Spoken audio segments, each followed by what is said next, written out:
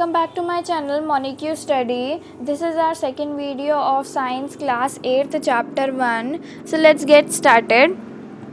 Crops, as I discussed earlier, what are crops? So when plants of same kind are cultivated at one place on a large scale, it is called a crop.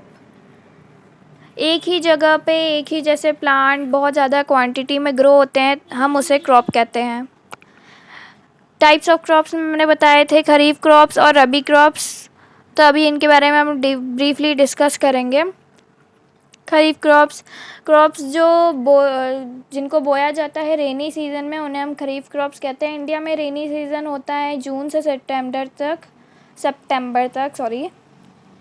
Paddy, मेज, soybean, groundnut and cotton कुछ examples होते हैं खरीफ crops के. Mainly मतलब यही होते हैं ज़्यादातर.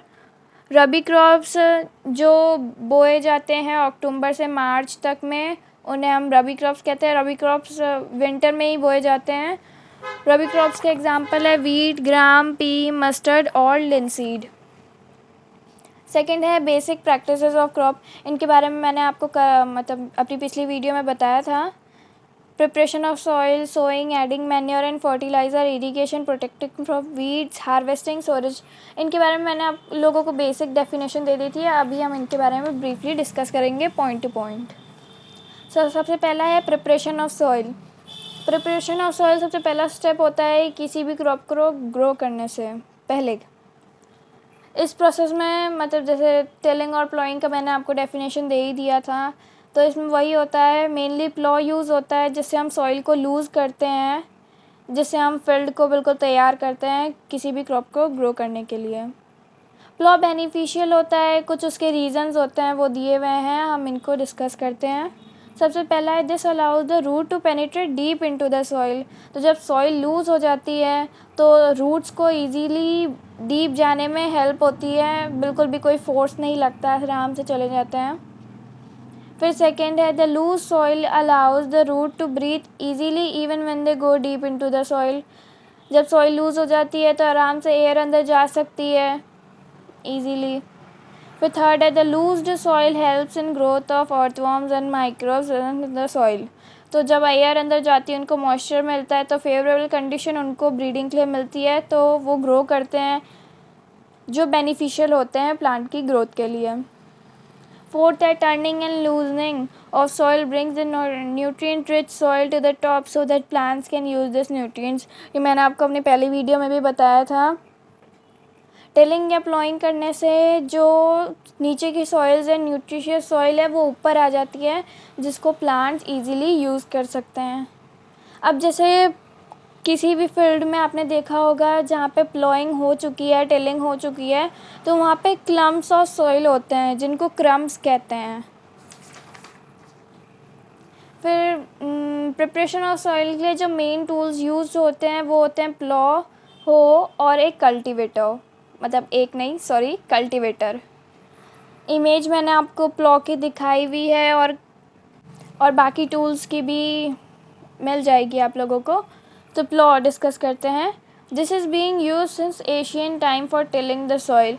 ये टूल बिल्कुल पुराने ज़मानों से यूज़ किया जाता है.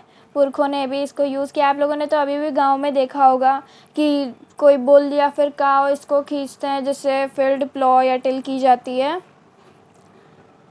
इसको प्लॉ बिल्कुल बेनिफिशियल होता है क्योंकि ये मदद करता है सॉइल को टिल करने के लिए. इससे फर्टिलाइज़र्स भी क्रॉप में मिलाए जाते हैं और ये वीड्स को भी रिमूव करता है. मैंने वीड्स की डेफिनेशन दी थी. जो अनवांटेड प्लांट्स होते हैं उनको वीड्स कहते हैं. Scraping of soil etcetera. ये इम्प्लीमेंट जो होता है वो बना हुआ है वुड से, और जैसे अभी मैंने आपको बताया कि दो बुल से आपने देखा होगा या फिर कोई अदर एनिमल्स, हॉर्स, कैमल, उसे वो लोग खींचते हैं और फील्ड को प्लॉ करते हैं. नेक्स्ट है हो. ये बिल्कुल एक सिंपल टूल है जिसको हम वीड्स को रिमूव करने के लिए यूज़ करते हैं या फिर सॉइल को लूज़ करने के लिए. हो की आपको दिख रही होगी इमेज. फिर है हमारा कल्टीवेटर. अब जैसे प्लॉ या होई में बहुत टाइम लगता है, क्योंकि ये सब मैनुअली करने पड़ते हैं या फिर किसी बुल की मदद से, तो ये एक स्लो प्रोसेस है। इसलिए आज मतलब अभी इस जनरेशन में ज़्यादातर फार्मर्स कल्टीवेटर यूज़ करते हैं, जो एक ट्रैक्टर से ड्राइव होता है। मतलब पीछे उसके कुछ सिस्टम्स होते हैं जिससे फील्ड प्लॉ होते जाती है और उसको ट्रैक्टर से चलाते हैं। तो ये हमारा लेबर और टाइम भी बचाती है। नेक्स्ट है हमारा सेकंड है सोइंग, बोना। तो ये बिल्कुल एक सिंपल सा ही प्रोसेस है। मतलब इसमें सीड्स को बोते हैं, क्रॉप लगाते हैं।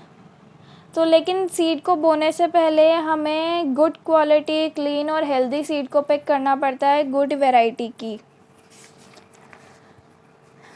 सोइंग के लिए टूल्स यूज्ड होते हैं, ट्रेडिशनल टूल्स, सीड ड्रिल, या फिर हम उसको हाथ से भी कर सकते हैं, जिसको ब्रॉडकास्टिंग बोलते हैं। तो सबसे पहले ट्रेडिशनल टूल जैसे नाम से ही लग रहा है कि बहुत पुराना ज़माने, मतलब जैसे बहुत पहले से यूज़ हो रहे हैं सीड को शो करने के लिए। SOW, ये एक फ़नल की तरह शेप्ड होता है। आपको इमेज अभी दिख जाएगी नेक्स्ट स्लाइड में। इसके अंदर सीड्स को डालते हैं और फ़नल के अंदर डालते हैं, और फिर वो 3 या फिर 2-3 पाइप से पास होके नीचे एंड्स पे जाते हैं। उसके एंड्स शार्प होते हैं, जो कि सॉइल के अंदर पियर्स करते हैं और वहाँ पे सीड्स को प्लेस कर देते हैं और वापस ऊपर मिट्टी डाल देते हैं। ये भी एक अच्छा मेथड है। लेकिन मॉडर्न मेथड में सीड ड्रिल आता है। आजकल के ज़माने में सीड ड्रिल यूज़ करते हैं sowing with the help of tractor. ये ट्रैक्टर से चलाया जाता है। ये सीड्स को बिल्कुल uniformly at equal distance and depth, मतलब बिल्कुल इक्वल डिस्टेंस और बिल्कुल गहराई में एग्जैक्टली उतनी गहराई पे प्लेस कर देता है। ये टाइम और लेबर दोनों बचाता है। जैसे उसमें 2-3 पाइप्स थी तो वो 2-3 जगह ही पियर्स करता था, लेकिन इसमें ज़्यादा हैं तो ये जल्दी करेगा। उसके बाद नेक्स्ट है broadcasting. Sowing of seed by hand और मैनुअल इज कॉल्ड ब्रॉडकास्टिंग। देखो, ये तो बिल्कुल सिंपल डेफिनेशन है। सोइंग ऑफ सीड मतलब सीड्स को बोना हाथों के ज़रिए या फिर मैनुअली, मतलब वही इंसानों के ज़रिए, हाथों के ज़रिए, उसको ब्रॉडकास्टिंग बोलते हैं। तो ये आज के लिए इतना ही। अब नेक्स्ट अगले वीडियो में हम लोग डिस्कस करेंगे adding manure and fertilisers, advantages of manure, differences between fertiliser and manure. उसके बाद हम डिस्कस करेंगे irrigation, sources of irrigation, traditional method of irrigation, modern method of irrigation, protecting from weeds, weeding, weedicides, और बाकी harvesting और storage हम next वाली video में करेंगे। उसके बाद फिर मैं सारी बैक एक्सरसाइज या फिर बुक एक्सरसाइज एक्सप्लेन कर दूँगी और आप लोगों को शो कर दूँगी। बिल्कुल ही सिंपल चैप्टर है, बस इसको ब्रीफली समझने की ज़रूरत है। इसमें से क्वेश्चन बीच में से आएंगे, वो मैं आप लोगों को लास्ट वीडियो, इस चैप्टर की लास्ट वीडियो में समझा दूँगी। ठीक है, तो तब तक ले bye guys, good bye, good luck, thank you for watching the video. If you like the video, like and subscribe to Monica Study. Thank you guys, thank you very much.